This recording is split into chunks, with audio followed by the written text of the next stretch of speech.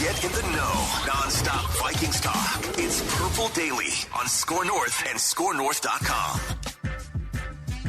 All right, Purple Daily on draft every Monday right here on the Purple Daily YouTube channel and podcast feed. Hit the subscribe button for daily Vikings entertainment. Purple Daily on draft takes the NFL draft, morphs it into a 52-week year-round show, basically, and Miles Gorham and Tyler Fornes and I to break things down from a draft perspective. Plenty of stuff to get into. The Vikings-Bears game was ugly. We gave some hot takes on the flagship edition of Purple Daily. We had Alex Spoon break down some film of it. So let's take a look at the Purple Daily on draft side of things.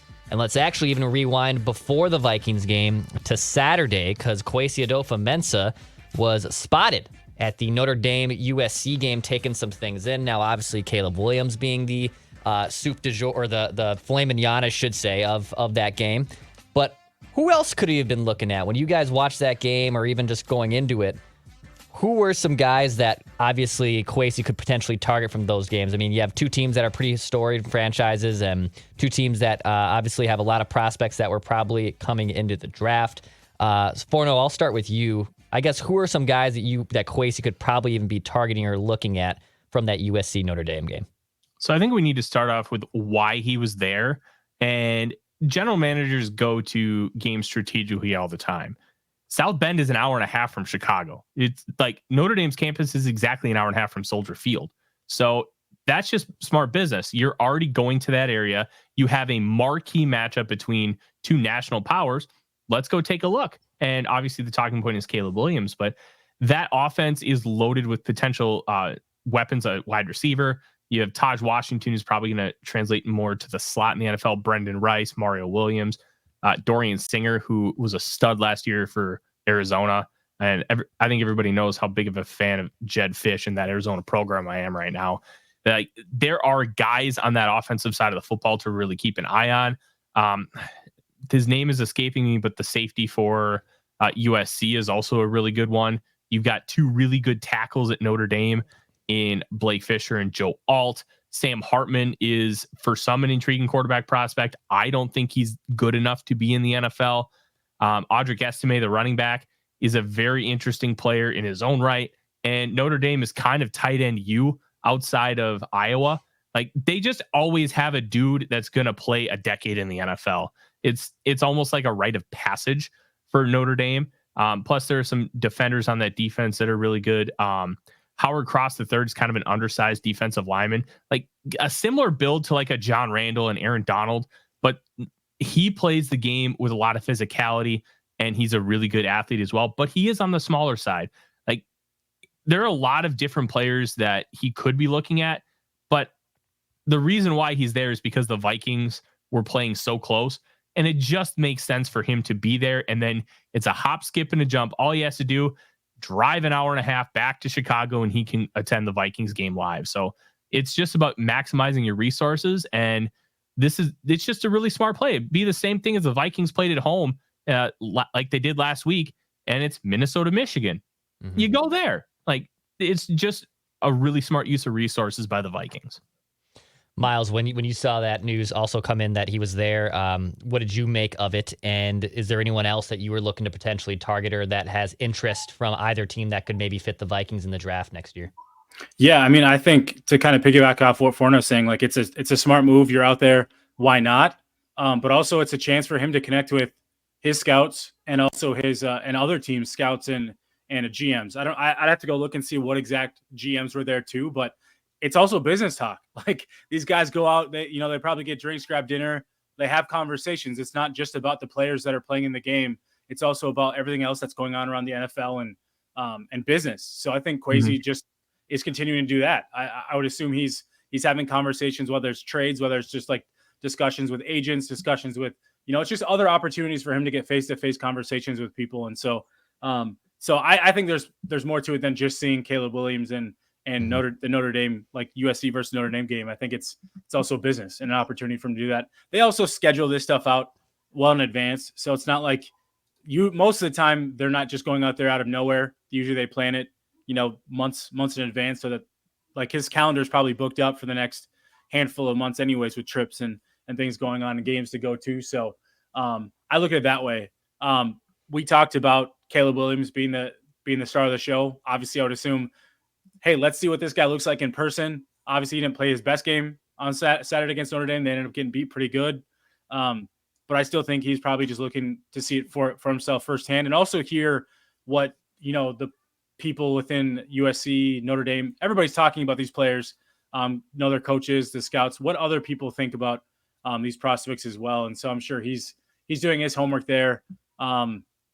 In terms of players, like they also could be future, watching guys about the future, like Zachariah Branch. Did I say it? Zachariah Branch, the receiver, yep. Like one of the fastest players in college football. He's a true freshman, so obviously he's not draft eligible, but like those are guys you write names down, hey, let me put this in my notebook and store it away for a couple of years. Those types of things too. So I think it's more than just like the players that are currently on the roster, but future looks too. I think Joe Alt is another guy to look at. He's another one. If the Vikings wanted to find another O lineman, he's been good for Notre Dame. I think he's got a chance, kind of like the tight end position at Notre Dame. They usually always find a guy that's like a stalwart in the league, 10 plus years, Pro Bowl type player. And so I think Joe Alt's another one of those guys. I'm not sure. I was going to ask your thoughts on this guy, Tyler, but Javonte Jean-Baptiste. I think he's another guy. He's kind of like a tweener, just like the other guy you mentioned. I'm blanking. Sam Howard Cross. Thank you, Howard Cross. And I think so. Just looking at different positions and seeing what guys have, maybe like day 3 picks, because I don't think there's a lot of outside of the stars, a lot of like true high end players for both teams besides the few names that we've already mentioned. Yeah. Was it Kalen Bullock that you were thinking of, Tyler? Okay, Bullock's a stud. Oh, Bullock, yeah. So it looks like he will be a bit. I think just this was from. I got one article pulled up from USA Today Wire on him, and he went into the season as a top 50 pick. I guess if you were to draft him, and we can get into some Lewis Cine talk, because I want to talk about that with him being a healthy scratch basically yesterday against the Bears. But what do you do about drafting another safety? Like if Quesi pulls the trigger on another first round safety, is that just like too much PTSD? Are we getting into the old rhythm of the Vikings and Zimmer always taking cornerbacks in the first round? If they took Bullock, I guess where would you like for him to be taken? And also, is there too much pent up frustration, or what do you say to Vikings fans who are too afraid to take another safety in the late first round again? So I think if you're looking at the safety position, the whole reason the Vikings drafted Lewis Cine in the first place was because they wanted a replacement for Harrison Smith. Now, things haven't gone well, and you can factor in a lot of different things. I'm still on the train that Brian Flores doesn't trust these guys enough with discipline, which is why you're not seeing a lot of snaps for the Cines, the Booths, even though Booth played 26 snaps this past Sunday, and Asamoah, because they're very aggressive players. And you know what? It's not a great sign that they're not playing very much, but it's also you have a complete shift in what you want to do on defense. And maybe these guys just aren't in favor with Brian Flores. And quite frankly, he has no attachment to him. So like there's a lot of different things. But if you look at the safety room right now and how it's constructed, why would you want to take one in the first round unless that guy is far and away the best prospect on your board? There's really no point. You feel really good about Metellus. You feel even better about Bynum at this point. You just drafted Jay Ward, who they do like, and you have Lewis Cine, who still has potential, even though he hasn't lived up to it. And quite frankly, the more games he doesn't play on defense, the more questions are going to keep arising. Like, is this guy ever going to do anything in the league? I think there's still hope, but it's dwindling real fast. So I don't think they'll draft Bullock, but it's always a good idea to keep eyes on a player, especially if the value just gets to be too good to pass up at a certain point in the draft. You want to at least know about him. Miles, are you ready to give up on this Lewis Cine idea here? Are you not ready to give all the way up? I mean, a healthy scratch. I mean, that as a hockey fan, you're like, that's never a great sign. But at the same time, a first round pick here, it's a sour taste. Is this it for Lewis Cine, or is there something that could be resurrected here? I guess I just want to know like what's really holding him back. In terms of like why we're not getting a chance to see some of the glimpses of his potential, because the talent is there. Like I don't question the athleticism, like his like aggressiveness, all those things we saw in the preseason and a little bit last year before his injury, and then obviously leading into the draft. So I'm curious like what's truly holding him back. So I have a hard time giving up on guys. My rule is always like 3 years. I've always kind of said that it's got to be 3 years, just because you see some guys come out of nowhere. Like I thought I know it was in year 2, but like KJ Osborne was left for dead after his rookie year. And that guy came out of nowhere and it's kind of turned into, a pretty solid player. And there's more examples of that, but so yeah, I'm not sure what the deal is. I would love to know. I'd assume it's probably something within what Forno is saying about trusting or being trusted by Flores. But I think at the same time, you'd like to find some way to kind of get him in the game. Like Booth earned an opportunity on Sunday to play 26 snaps, and we hadn't seen him all season. And that was over Blackman, who we didn't hear anything about Blackman injury wise. It sounds like he just might've got pulled. So maybe there's an opportunity for Cine to kind of get a chance to see some snaps down the road, especially if this team's not going to be as good. Maybe they do move a Harrison Smith. Maybe something like that happens to open the door a little bit more. They have Theo Jackson too. I think we know they like a lot too. So to your point, like there really isn't room to add another safety right now, especially high in the draft when you have so many other needs. There are so many other things that they could be focusing on. I think safety is probably one of their stronger positions overall too.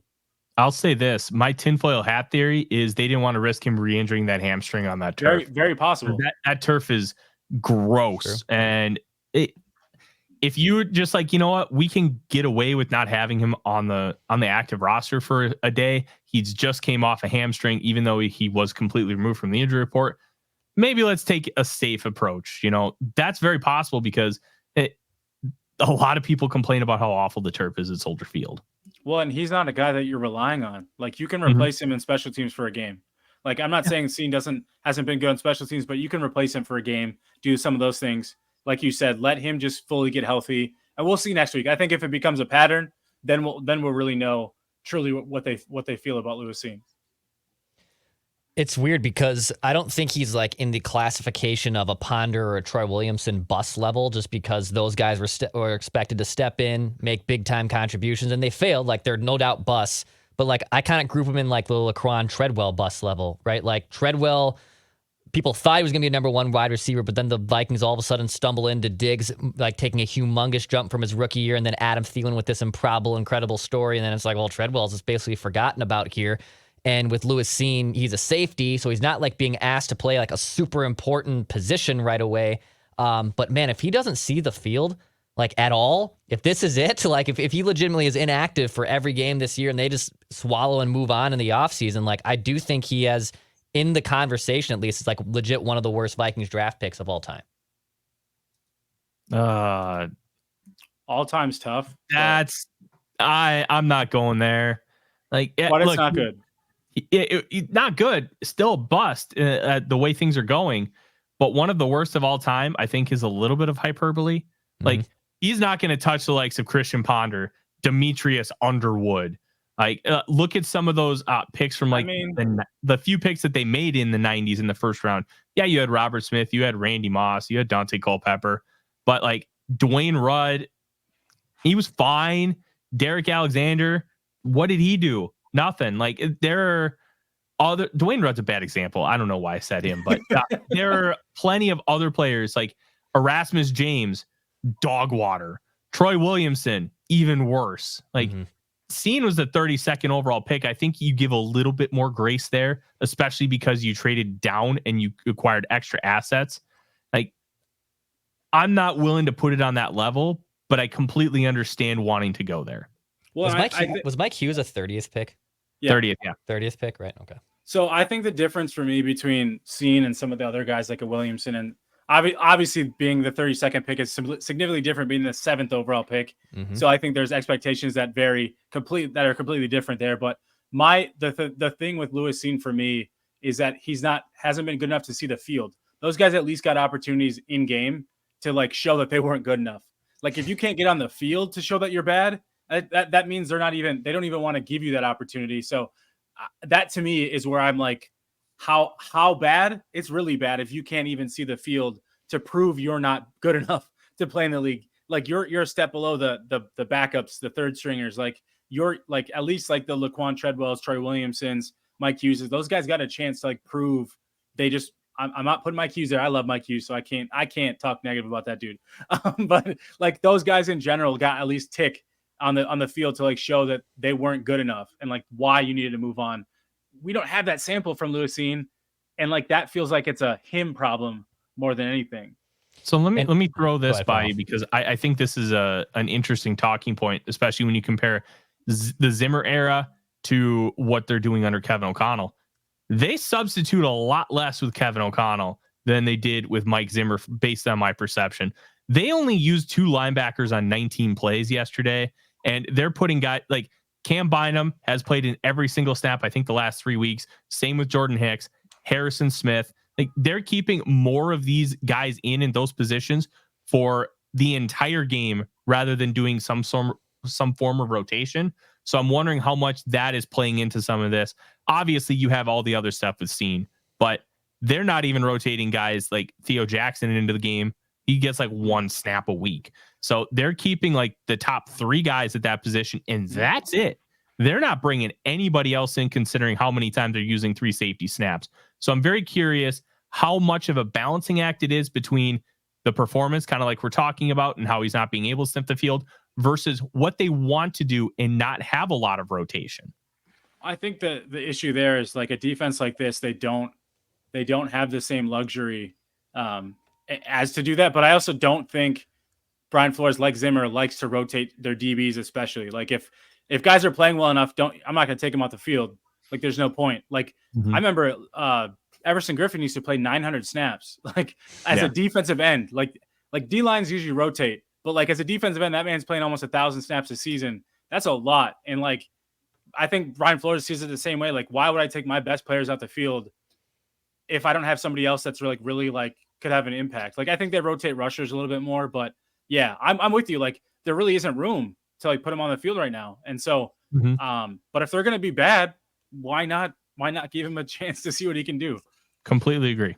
So what is that then like to you guys in your mind? Is that just like he's that bad in practice? Like, and I know we don't have access to everything, but what is it? Like, what would be like the determining black and white factor of why like guys like Treadwell and Williamson and everyone else is able to get some looks, and this guy can't even sniff the field at all? He's a healthy scratch.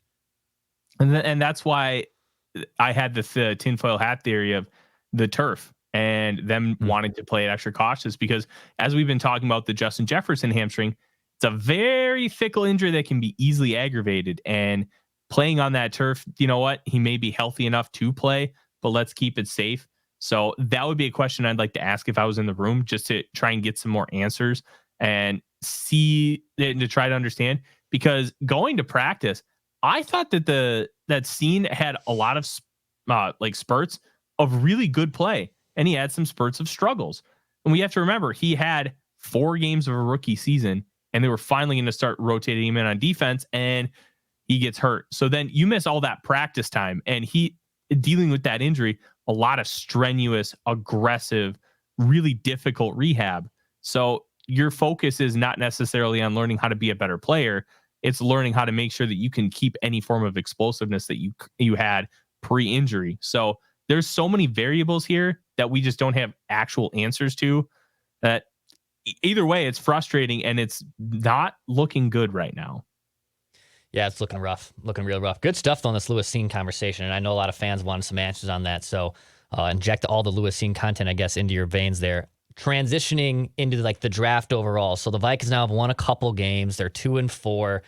Maybe they, in the classic Vikings fashion, they ended up finishing, with like an 8-9 record. They're picking 12th, 13th in the draft like they usually are. And if the quarterbacks are out of reach, and I'm not giving fully credit here because someone on Ventline basically asked me this question.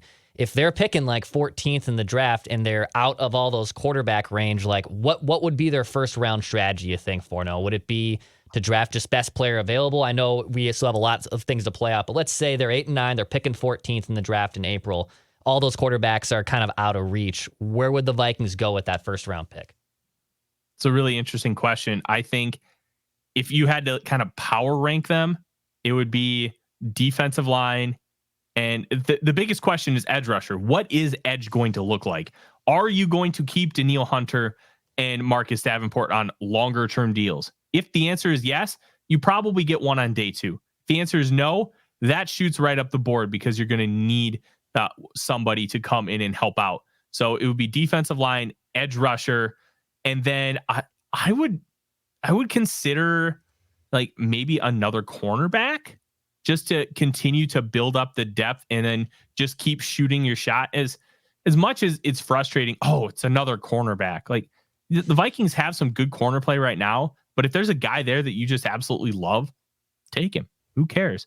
And a wild card wide receiver, because KJ Osborne, I don't think is going to be on this team. They use a lot of 11 personnel, and getting another player in what's going to be a potentially another historically deep class. If there's a guy that's just too good to pass up, take him. And I think they could do the same at offensive tackle, which sounds really dumb considering they have Darrisaw and Brian O'Neill. But this offensive tackle class looks really, really, really good. And if you have to, play him on the interior. Just put him at left guard for a couple seasons, then maybe you move on from Brian O'Neill and you kick him out to tackle. Like, it's about building the best five, and you're going to have to probably replace Cleveland. So if you have a guy that you love that much, just take him. And I think that's probably what you look at. Linebackers a maybe, but I don't think there's a lot of high-end depth in this class. And you can always get a starting caliber player on day two, unless you think you have Fred Warner. If you think you found Fred Warner or a guy like that, then take him. Who cares? But I didn't think Jack Campbell was that kind of guy, and he obviously went 18th overall to the Lions. Like, this draft sets up really interesting for the Vikings because it's all premium position based. It's heavy offensive tackle, heavy wide receiver, heavy quarterback. The Vikings have all of that but the quarterback. So if they don't take one, it could be an interesting crapshoot. Miles, is there a future first round draft pick roaming around your office right now? Is that what that is? He's trying to. Yeah, I was telling you guys before the show, my kids are home today, so my daughter's sleeping and my son's just wanting to watch Pokemon. So heck yeah. Yeah, he's a big Pokemon guy now. So kind of piggybacking off that though, like if the Vikings have like the 14th pick, I think we're gonna see them try to be like overly aggressive to go get a quarterback. And we don't know what the top of the draft order would look like. I think though that kind of like we've heard some rumblings that they were going after Anthony Richardson or Bryce Young, any of the top three quarterbacks in this last draft they were trying to go get. It sounds like they were willing to give up a lot. I wouldn't be surprised if they were willing to do that same thing, especially from like the 14th pick. Now that doesn't mean they'll be able to do it. Now, if they don't do it, what I wouldn't be surprised of is if we saw a trade back. I know it's a cop out. I know that's always the go-to, but for me, like if you can't go get your quarterback at 14, or if a guy doesn't fall far enough for you to be able to get him, I think it's always best to, because you're kind of in a good spot at some of those premium positions that you mentioned for now, like tackle. Now maybe edge rusher and D-line. I'll 100%. If there's a guy that falls and you should take him there. I don't want to miss that opportunity because they haven't done that. We've talked about this. When's the last time they drafted an edge rusher in the first round? Was it Erasmus James? Kenichi Udeza 2006. Yeah, there it is. Right. Yep. Okay. And then D tackle was Sharif Floyd, and he was a projected top 5 pick and slid all the way to 23 because he's got short arms, right? It was three. That was part of it. Yeah. The three technique thing, and that once the Raiders picked, and then Star Latulele went, and a lot of people had those guys kind of even. It all depended how he felt about the heart issue, and then he just kind of had a free fall because of the position he played. Yeah, that draft could have been so elite for the Vikings. But anyways, I think right now, like for me, it's edge rusher, D-line, or quarterback. Otherwise, like trade back, like go get more capital, do what you got to do. But it's got to be quarterback. I'm so we just need. I need it. Like I need it. I need to like be rejuvenated by this team. The last handful of years, like last year was like an exception, but like 2020, 2021, this year, it's just been such a like letdown. And I just want to be like rejuvenated as a fan base. Like we have someone, like give me someone to get hope for. Like as much as Ponder was crap, like he at least like brought some hope because you at least had a guy that let's see if he could become something. Now, obviously we knew he didn't pretty quickly that he wasn't going to, but like, I want that hope back. Like Teddy Bridgewater, even Sam Bradford, Kirk Cousins, when he first got here, like I want some of that hope back that we haven't had in a while. I mean, my God, when they drafted, his name is Jaron Hall. Yeah, that's true. Yeah. You got Jaron Hall, but even like Kellen Mond, for God's sakes, they draft Kellen Mond, and the discourse and like even just the intrigue around that was nuts. And obviously that didn't work out, but it also, to your point of just having a different person in the conversation, I guess. It's hopeful. And well, when you know really exactly what your current quarterback is and what he's going to be, I mean, you're at a point where it's like, give me something fresh. Like, I want that fresh, because it's no longer fresh. Like, everybody tries to talk themselves into Kirk being an MVP candidate going into every season since he's been in Minnesota, and then he doesn't come close. And we're like, but he's got another chance next year if we do X, Y, and Z. And it's just like, and I'm not trying to dog Kirk, because we know how I think Kirk's a good quarterback, but like, I just want some fresh blood. Let's rejuvenate the fan base and like rejuvenate this like roster itself. It's not like the Family Guy mystery box that Forno loves to use. So it's very much the mystery box. It's very much like the mystery box. I'm not the biggest Family Guy fan anymore. I used to be. Same. That scene where you get a free boat. But what about the mystery box? It could even be a boat. Like, that is one of the best scenes of all time. And then you just have Joe, the guy in the wheelchair, somebody's driving the boat and he's just like doing the little water ski thing in the street. It's just incredible. I could do a whole Family Guy Purple Daily on Draft episode too as well. Hey, I got some feedback questions here that were sent over in the last few days. Purple Daily on Draft related. This one from I believe it's Rhonda. Are they just how great we are and how much like they love us more than Thor? Exactly. You got Jaron Hall in the middle. You've got Fat TJ Hawkinson on the right. Like we're just styling and profiling over here. Oh my God, it's so true. He asks. He's a big Maryland football fan. Says, I live in Maryland and I've watched a few Terps games and I've heard you guys talk about obviously Williams, May, Nix, Daniels, but how about Tua's brother? Is it Talia? Talia. Talia Tagovailoa. Is he going to be a good NFL prospect, or will he never live up to the hype of his name set forth by Tua? I realize he will probably go mid to later rounds, but I was curious of his projections by you all. Forno, what do you think of the other Tagovailoa brother? So it's a really difficult conversation, and it's really twofold. Which Talia are you getting? Are you getting the one who is almost upset Ohio State a couple times, or are you getting one who's going to play like dog water and get washed out by Rutgers 44-12? Like, that's really the dichotomy we're talking about here. Talia's best is really good. Talia's worst, he doesn't even look like a rosterable college quarterback. It's too many highs and lows with him. And I just don't think he has the necessary like athleticism and arm talent to really thrive. Like, athleticism is fine. Like, it's the arm talent that I'm really concerned about. And he just can't drive the football. And that offense is also very weird. It's basically like, hey, we're just going to chuck it. And I'm getting it's coming through my headphones. It's messing me up here. Like, it's basically just all goes. And hey, we're just going to throw it downfield, which is fun in college. And you can kind of get away with that with how spacing works and how you can manipulate like shallow defenders and create holes and seams. But in the NFL, there's just so little room for error. And I don't think he's got the requisite talent to be anything more than like a mid-range backup.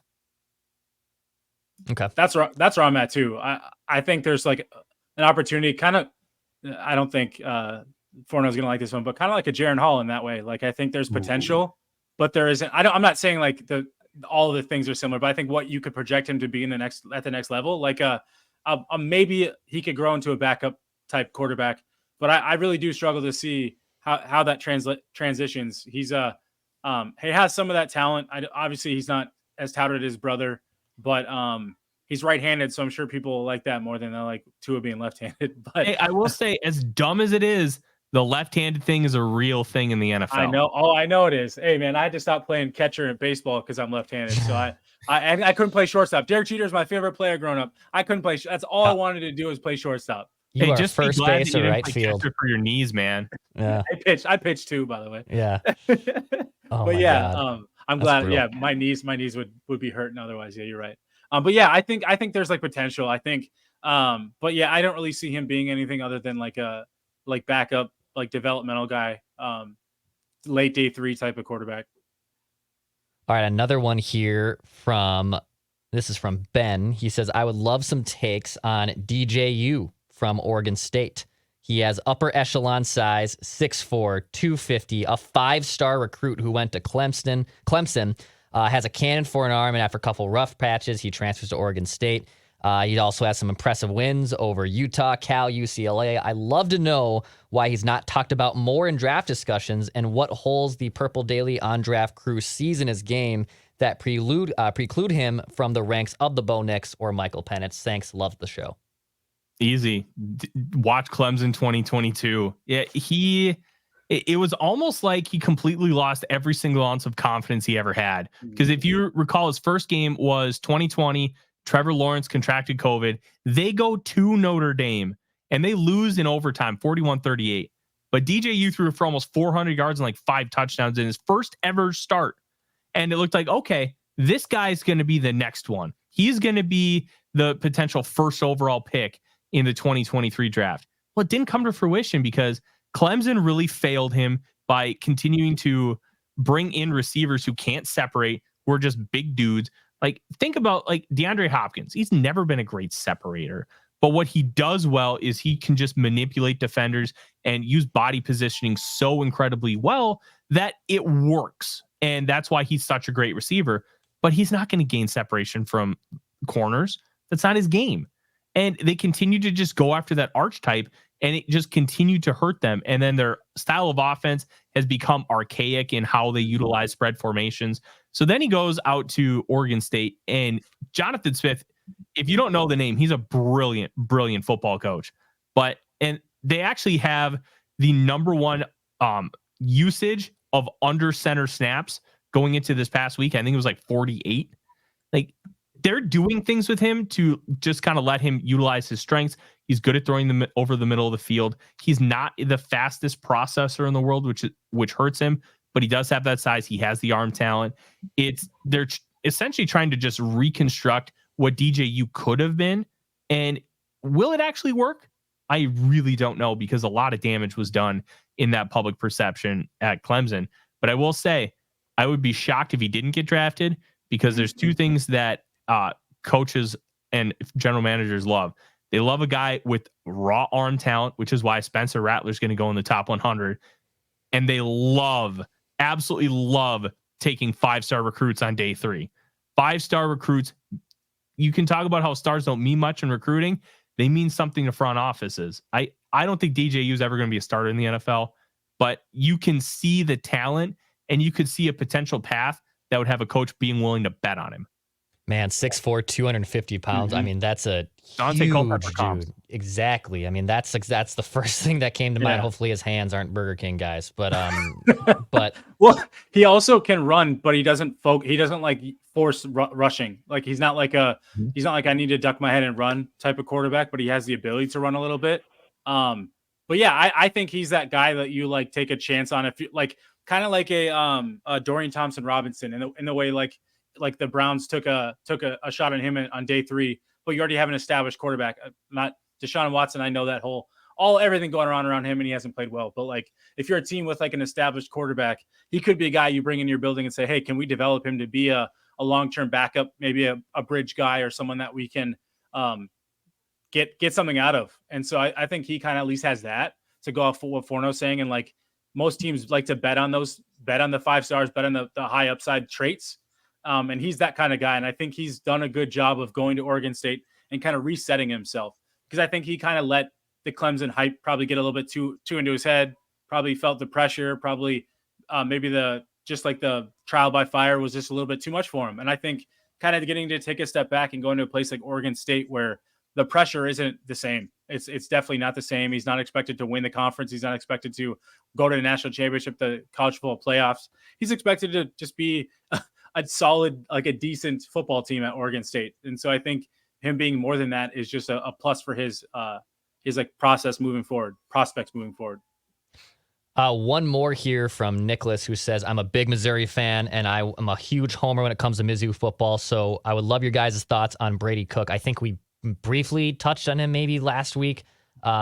He's taken a big step up this year, he says, from last year. Forno, what do you think of Brady Cook out of Missouri? Cook's a tough one, because when he took over for Connor Bazelak a couple years ago, it was incredibly inconsistent. And that it was borderline erratic.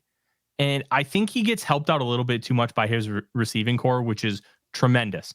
And I will give him credit. 6-1 at Missouri right now, and you arguably could have won that LSU game, is really, really impressive. I just don't think he has the type of consistency and accuracy that you would like to see on an overall level from an NFL quarterback to really make that kind of transition. It wouldn't shock me if he hangs around for a few years as like a backup practice squad guy.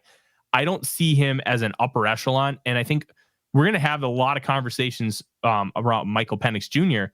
because he's minus 150 right now to win the Heisman Trophy. He is the best quarterback in college football. Sometimes it's okay to just be the best quarterback in college football, and that's all you are. And that can be a difficult realization sometimes, that college success just does not translate to NFL success. Josh Allen threw for 4,000 yards across 3 seasons at Wyoming. It doesn't always equate. And I think Cook is going to end up being one of those guys who is absolutely crushing it in my Campus to Canton fantasy league for me. But I don't think he's an NFL caliber player at this point. He's definitely shown like progress, but I do wonder, kind of like DJ. I'm awful at saying these last names. Uiagalelei. Thank you. Just like kind of like him, they're both, I think, redshirt juniors, so they're in their fourth year junior, so they do have another year of eligibility. So I'd be curious if those guys decide to come back, because there should be a pretty strong like QB class in front of them, and they're not guys that are like in that upper echelon tiers, so they might want to come back and kind of put more on tape too. So that wouldn't surprise me. Forno, I know you wanted to get into Bo Nix versus Michael Penix. However, I think let's actually save that bullet for next week on a bigger show, because I did see also of the other Vikings fans obviously discussing that. But any other college football takeaways on top of an exciting Gopher Iowa game with a 32.5 over under that's set forth for this weekend? Was that like the third lowest all time? It's third, right? The lowest all time was Iowa, I think Kentucky? it was Iowa, Minnesota last year. Yeah. Or Iowa, Kentucky. Iowa's in all of them, which I think is amazing. Something worth noting from college football: Brock Bowers got injured in the second quarter against Vanderbilt, and he had tightrope ankle surgery today. He's out 4 to 6 weeks, which means he's not going to play against my Florida Gators, and the Gators are already going to lose, but now it's going to be by less, and that makes me happy. It gives me hope. It's like that Michael Scott meme. I'm no question about it. I'm ready to get hurt again. But overall, college football has just been really, really exciting. And I'm going to tell you, keep an eye on Arizona and Stanford over the next few years. Jed Fish has done a fantastic job with that Wildcat program. I've talked about it already once on the show, and I will continue to talk about it. They lost last year against USC with like the 120th ranked defense in college football by 9, and then they lost by 2 in overtime this year. They've already won 4 games. They absolutely demolished Cam Ward and Wazoo in Pullman 44-6 this weekend. And Stanford came back 29-0 deficit and beat Colorado in, I think it was double overtime. Oh my God, it was nuts. Troy Taylor coming from Sacramento State. Like, if you have the time and you don't have anything to do, go on YouTube and search Incarnate Word versus Sacramento State FCS playoffs. They had a 73-69 game last year. No overtimes. It was one of the funnest football games I've ever watched live. It's just like 2 offenses going to war, and great time. Sacramento State head coach went to Stanford, and Taylor is building something there, and they're going to take things in a different direction. And it's always going to be harder at Stanford because you have those higher academic standards than you would at a standard state school. But Stanford's going to be a team to watch because Troy Taylor's the real deal, and they're already proving it. That catch, was it from Eric Iomanner from Stanford in the overtime? It was on last Travis Friday Hunter. night. Oh my God, dude. Just an absurd, legit one of the best you got Moss moments I have ever seen. That was, if that's not on the Monday Night Football thing tonight. Yeah, when you can pin the ball behind on someone's helmet like that and not lose any sort of concentration as you come away with, and just snatch it out of the air like that, like it's insane to have that kind of grip strength too. So just in this third quarter, he had something like 7 catches for 178 yards and 2 touchdowns, and he finished 13, 293 and 3. Absolutely bonkers stuff. And Ashton Daniels, they have something with him at quarterback, and EJ Smith, son of Emmett. So there was a lot of Dallas Cowboy connections in that game Friday night. Very nice.